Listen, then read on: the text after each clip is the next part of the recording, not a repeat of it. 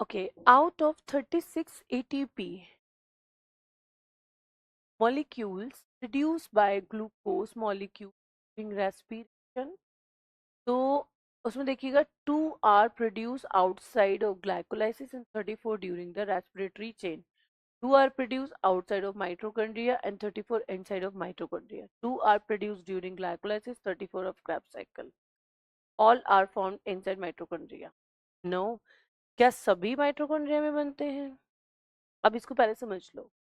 Glycolysis जब हमने किया था तो ग्लाइकोलाइसिस के अंदर हमने क्या पढ़ा था कि 2 एटीपी जो थे यूटिलाइज हुए थे और 4 एटीपी क्या हुए थे?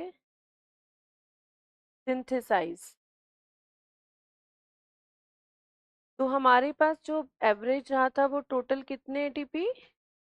2 एटीपी फॉर्म्ड इन ग्लाइकोलाइसिस। अब बात करते हैं माइटोकॉन्ड्रिया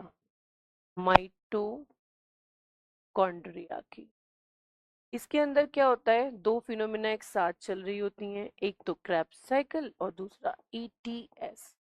क्रेब्स साइकिल और ईटीएस में दोनों में कंबाइंड फॉर्म में कितने 36 ऑफ एटीपी का फॉर्मेशन होता है। ठीक है, 36 प्लस 2 कितने हो जाते हैं?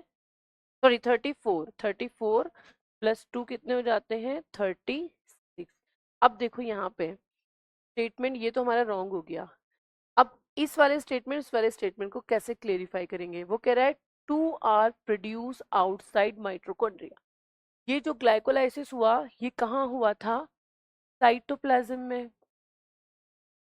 ठीक है, तो ये तो साइटोप्लाज्म में बने हैं ये दो, और ये 34 जो है ये कहाँ बने हैं? माइटोकॉन्ड्रिया के अंदर।